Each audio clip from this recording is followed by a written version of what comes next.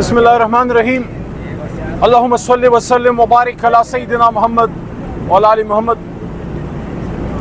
20 جولائی 2024 Adiala jail سے باہر ایک بار پھر آپ سے مخاطب ہیں، اپنے دوستوں سمیت، اپنے وکلاء، سیاسی دوست، کارکن سب کے ساتھ۔ سب سے پہلے تو میڈیا کا شکریہ، اس دھوپ میں آپ اپنی ڈیوٹی کرتے ہیں۔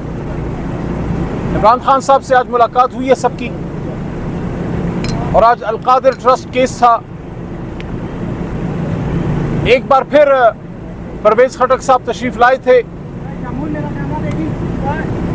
انہوں نے میری طرف دیکھا، میں نے ان کی طرف دیکھا، میں کچھ نہیں بولا، بس دل میں یہ خیال آیا کہ وفا کتنی اچھی چیز ہے، کاش ہر کسی میں ہوتی۔ عمران خان صاحب نے بنو واقعے پہ بہت ہی زیادہ غم و غصے کا اظہار کیا ہے، افسوس کا اظہار کیا ہے، اور کلیئرلی یہ کہا ہے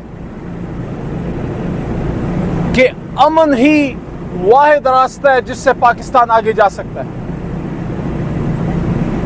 اگر کوئی شخص، کچھ لوگ امن کے لیے نکلتے ہیں، امن مانگتے ہیں، ان پہ گولی نہیں چلانی چاہیے۔ جو گولی چلی ہے اس کے لیے خان صاحب کی طرف سے ہدایات ہیں صوبائی حکومت علی امین خان کے لیے کہ وہ اس پہ ہائی کورٹ کی سٹنگ ججز کی نگرانی میں جوڈیشل کمیشن بنانے کی حکومت کی طرف سے استدعا کریں، تاکہ اس واقعے کی غیر جانبدار تحقیقات ہو اور جس نے یہ کام کیا ان کو قرار واقعی سزا ملے۔ عمران خان صاحب ہمیشہ سے پاکستان میں دہشت گردی کے بھی خلاف ہیں اور اپنے لوگوں کے خلاف ہر قسم کے آپریشن کے بھی خلاف ہیں۔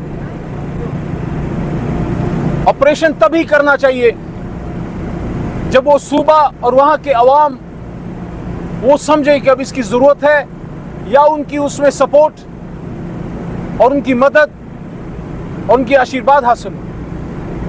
خیبر پختونخوا کی صوبائی حکومت نے بھی جو صوبائی اسمبلی کی قرارداد آئی ہے کہ کسی بھی نئے آپریشن کے لیے خیبر پختونخوا کی عوام ابھی تیار نہیں، کیونکہ ماضی میں جتنے آپریشن ہوئے ہیں اس سے بہت سے مسائل پیدا ہوئے ہیں، اور کل جو لوگ نکلے ہیں امن کے لیے وہ کہ صرف تحریک انصاف کے لوگ نہیں تھے، اس میں ہر جماعت کے لوگ تھے، ہر طبقہ فکر کے لوگ تھے، اور سارے سیاسی نہیں، غیر سیاسی بھی بے شمار لوگ تھے۔ کوئی سیاست کے لیے نہیں آیا تھا، اپنے علاقے، اپنے بنو، اپنے خیبر پختونخوا کی امن کے لیے وہ کھڑے تھے۔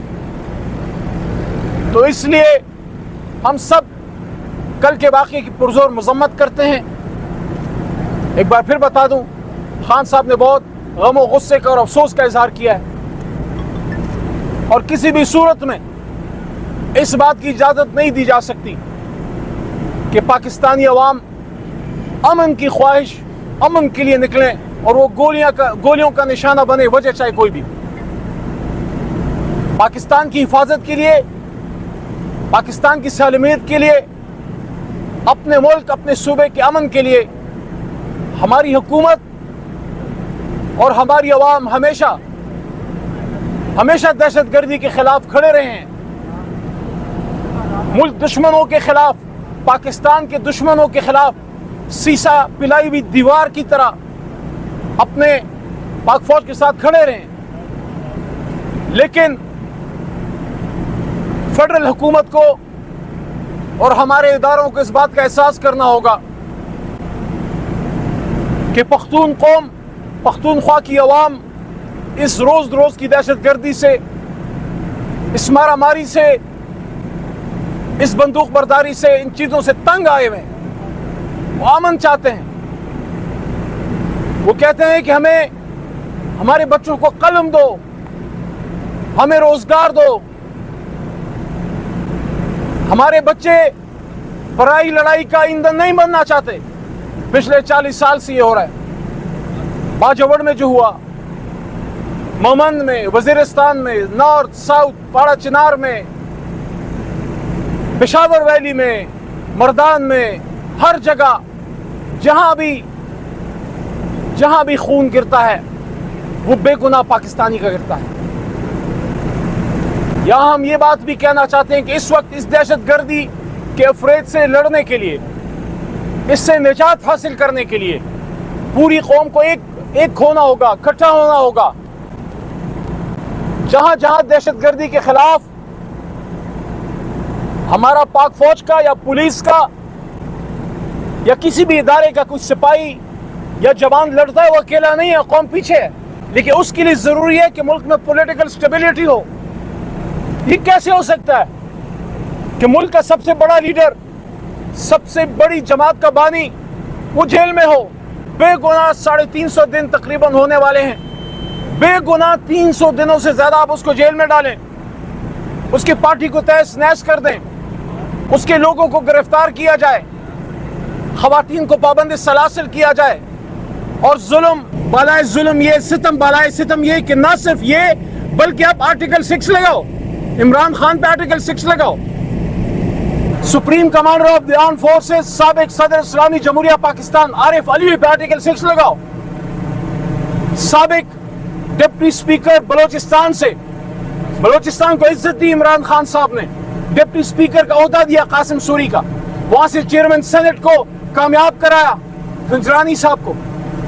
بجائے اس کے کہ بلوچستان کے زخموں پہ ہم مرہم رکھیں, اس کے ایک سپوت پہ آرٹیکل 6 لگاؤ, اس سے ملک مضبوط ہوگا. یہ جو یہ مشورے شہباز شریف صاحب کو دے رہے ہیں وہ ان کی سیاست, ان کی جماعت اور ان کی پاکستان میں ان کی جتنی لیگیسی ہے اس کے دشمن ہیں, جو کسی سیاسی حکومت کو یہ کہیں کہ اپنی سیاسی جماعت پہ پابندی لگاؤ. تحریک انصاف پہ پابندی لگانا آپ کے بس کی بات نہیں ہے, کیونکہ آپ کے اور تحریک انصاف کے بیچ میں 25 کروڑ عوام ہے. 25 کروڑ عوام کا غالب مینڈیٹ عمران خان اور تحریک انصاف کے ساتھ ہے.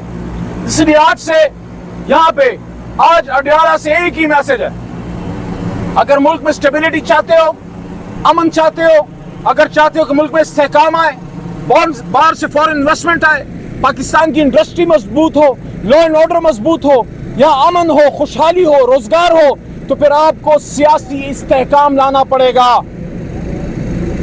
میں 27 جولائی کو پچھلے سال جب پشاور ہائی کورٹ کے حکم سے 7 بار گرفتاری کے بعد رہا ہوا, میں نے پہلی بات یہ کی تھی سال پہلے, اور آج بھی وہ بات اڈیالہ میں اپنے لیڈر سے ملنے کے بعد کہہ رہا ہوں, دوبارہ دوہرا رہا ہوں. پاکستان کو سیاسی انتقام کی نہیں, پاکستان کو سیاسی استحکام کی ضرورت ہے. جتنی جلد اس بات کو سمجھ لو گے اتنے جلد پاکستان مضبوط ہوگا, یہاں استحکام آئے گا اور ملک آگے جائے گا. حاصل وصول یہ ہے, عمران خان کو باہر نکالو, اسیران کو باہر نکالو, تحریک انصاف کو اس کا مینڈیٹ دو, یہ غدار کی باتیں بند کرو. اگر ملک سے باہر بھی کوئی پاکستانی بیٹھا ہے, مجھے اس کی بات پسند نہیں آئے گی, نظریے کا اختلاف ہوگا, لیکن میں کون ہوتا ہوں اور آپ کون ہوتے ہیں کسی کو غدار کہنے والے.